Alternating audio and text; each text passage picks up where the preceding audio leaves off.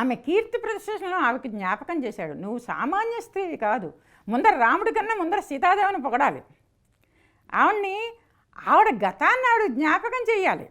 ఇక్కడ పొగడడం కాదు, ఉత్తుత్తి పొగడతలు కావు, ఆవిడ గతాన్ని ఆవిడకి జ్ఞాపకం చేయాలి. నువ్వు నారీ శిరోమణివి, జనక మహారాజు కుమార్తెవి, నాగేటి చాలను భూమిలోంచి పుట్టిన దానివి. భూమి అంటేనే ఏమిటి?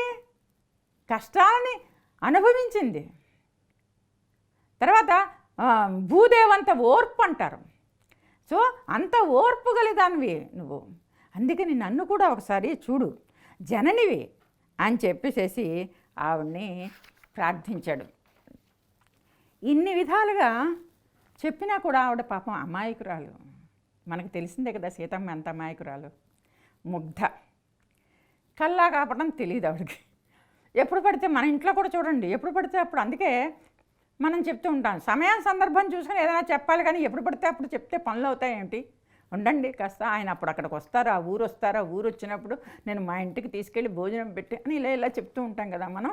ఎప్పుడెప్పుడు సమయం సందర్భం, ఇది అంతటికి కారణం ఏంటంటే సమయం సందర్భం. ఆవిడకి సమయం సందర్భం తెలుసో తెలీదు. ఎప్పుడు పడితే ఆవిడ అక్కడికి వెళ్ళిపోయి చెప్పిస్తే గబుక్కుడు రాముడు ఏమంటాడు, ఇలాంటి భక్తులు చాలామంది ఉన్నారు, ఇలాంటివన్నీ చెప్పకు నువ్వు సీతమ్మ అని చెప్పేసి గబుక్కున గదమాయించవచ్చు కదా. అప్పుడు నా పరిస్థితి ఏమవుతుంది, ఇంకోసారి చెప్పడానికి వీలుకు లేకుండా అయిపోతుంది కదా. అందుకని ఏమంటాడంటే, ఎప్పుడు రాముడికి తన విషయం చెప్పాలో చెప్తాడు.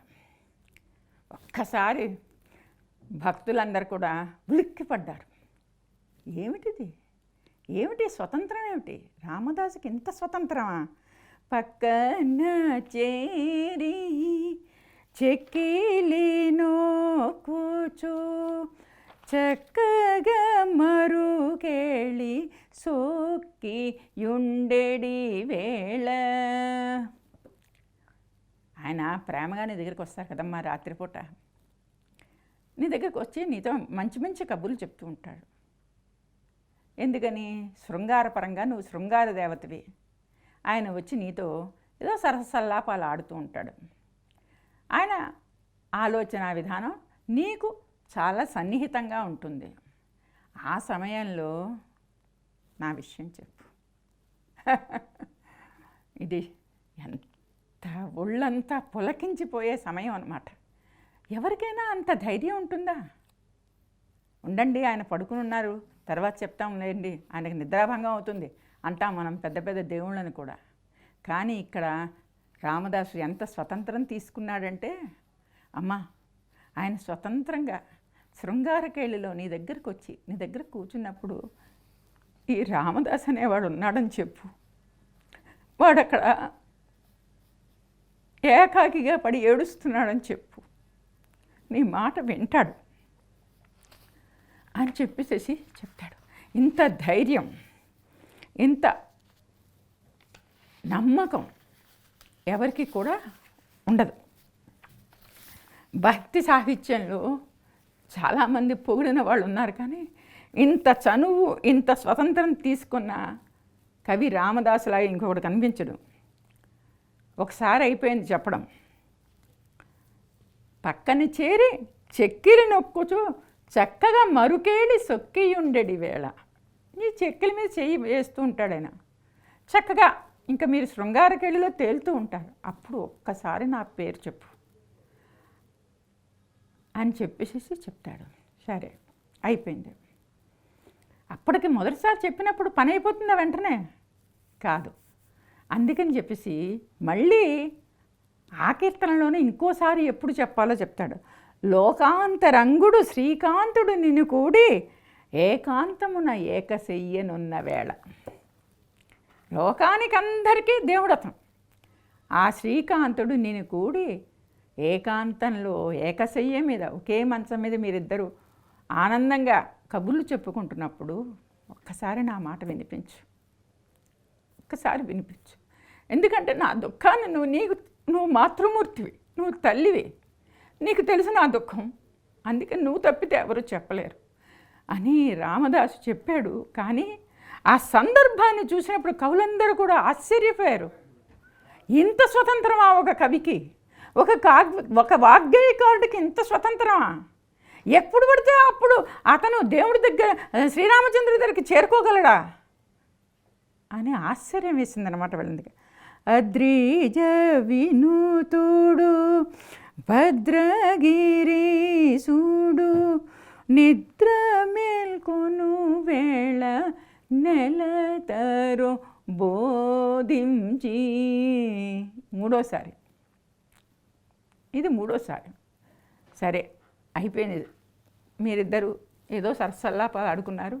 నా గురించి 2 సార్లు చెప్పే ఉంటావు నువ్వు, నేను చెప్పకుండా ఉంటావని నేను అనుకోవట్లేదు.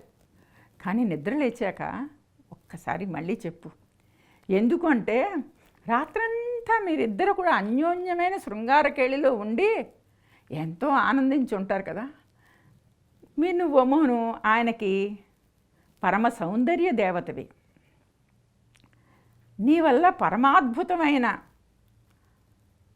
అనుభూతులు పొందాడు ఆయన. అలాంటప్పుడు తెల్లవారంగానే నువ్వు చెప్పిన మొదటి మాట తప్పకుండా ఆయన ఊ అంటాడు.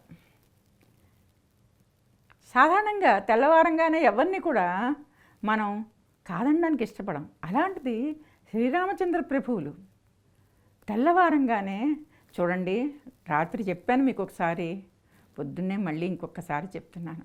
ఆ రామదాసు గురించి కొంచెం చూడండి, తెల్లవారింది కదా, మళ్ళీ ఒక్కసారి చెప్పు అని చెప్పేసి అన్నప్పుడు నిద్ర మేల్కొని వేళ లేవంగానే అప్పటికింకా ప్రపంచంలో అన్ని పనులు రామచంద్రుడు మొదలుపెట్టడం. నిద్ర లేచాడు ప్రశాంతంగా, సీతమ్మ వారిని తలుచుకుంటున్నాడు. ఎదురుకునిగా సీతమ్మ వారే ఉంది. సరే, ఆ మధురోహలన్నీ, రాత్రి మధురోహలన్నీ ఆయన కళ్ళ ముందర మెదులుతున్నాయి. ఆ సమయంలో వదిలేక ఆ సమయాన్ని అప్పుడు నెలతరో బోధించి, ఒకవేళ నువ్వు గతంలో 2 సార్లు చెప్పినప్పుడు నువ్వు సరిగ్గా చెప్పి ఉండకపోవచ్చు కాక, ఇప్పుడైనా బోధించి చూడండి, దయచేసి చూడండి. ఆ రామదాసు బాధలు నేను చూడలేకపోతున్నాను. నేను మాతృమూర్తిని కదా, అతను మనకే కదా అన్ని సేవలు చేశాడు. అతను కొరడాలతో కుట్టించుకున్నాడు దెబ్బలు, అతను రక్తసిక్తమైపోయి ఉన్నాడు, తిండి లేదు, మలమల మాడిపోతున్నాడు, ఏకాంతంలో అక్కడ పడి ఉన్నాడు. అతని గురించి కొంచెం మీరు చూడండి అని చెప్పేసి ఒక్కసారి మూడోసారి మళ్ళీ జ్ఞాపకం చేయమని రామదాసు తన కీర్తనలో సీతమ్మ వారికి చెప్పాడు. ఇది మొత్తం భక్తి సాహిత్యాన్ని అంతా ఒక పరమాద్భుతమైన మలుపు తిప్పింది. ఈ మలుపు తర్వాత వచ్చిన సాహిత్యం మార్పు చెందింది. శతకాలు, కీర్తనలు, సాహిత్యం అన్నీ కూడా వాటి దిశలు మార్చుకున్నాయి. అంటే ఒక్కొక్క కీర్తనకి ఎంత శక్తి ఉంటుంది అంటే మనం చెప్పలేం. అంతటి శక్తిని కూడగట్టుకున్న కీర్తన ఇది. సీతారాముల అన్యోన్య దాంపత్యాన్ని గురించి అనేక మంది చాలా కవులు కీర్తించారు. సీతమ్మని శృంగార నాయికగా కూడా చాలామంది భావించారు. కానీ సీతమ్మ రాముడికి చెప్పవలసిన విషయాన్ని, ఒక సందర్భాన్ని రాముడు నిర్దేశించాడు. ఈ సమయంలో చెప్పు అన్నాడు. ఎంత ధైర్యం, ఎంత గుండె ధైర్యం రామదాసుకి. ఈ రకంగా చెప్పినంత మాత్రాన పని సానుకూలం కాదు. అందుకని 2-3 సార్లు హెచ్చరించాడు. నిద్ర మేల్కొన్న వాళ్ళ చెప్పమన్నాడు. విన్నపం తప్పకుండా ఫలిస్తుందన్నాడు.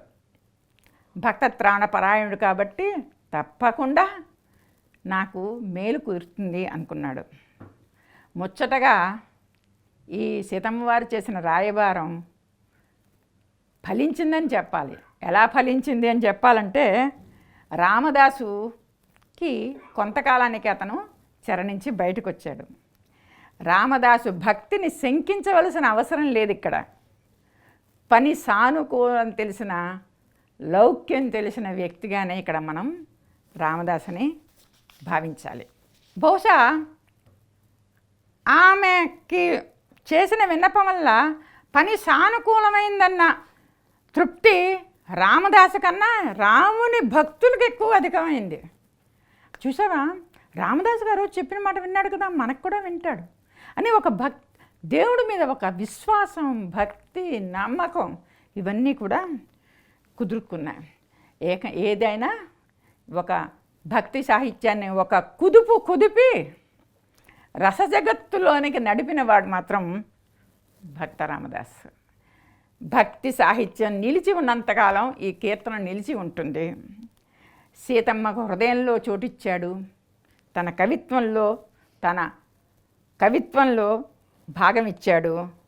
కీర్తనలో కీర్తించాడు.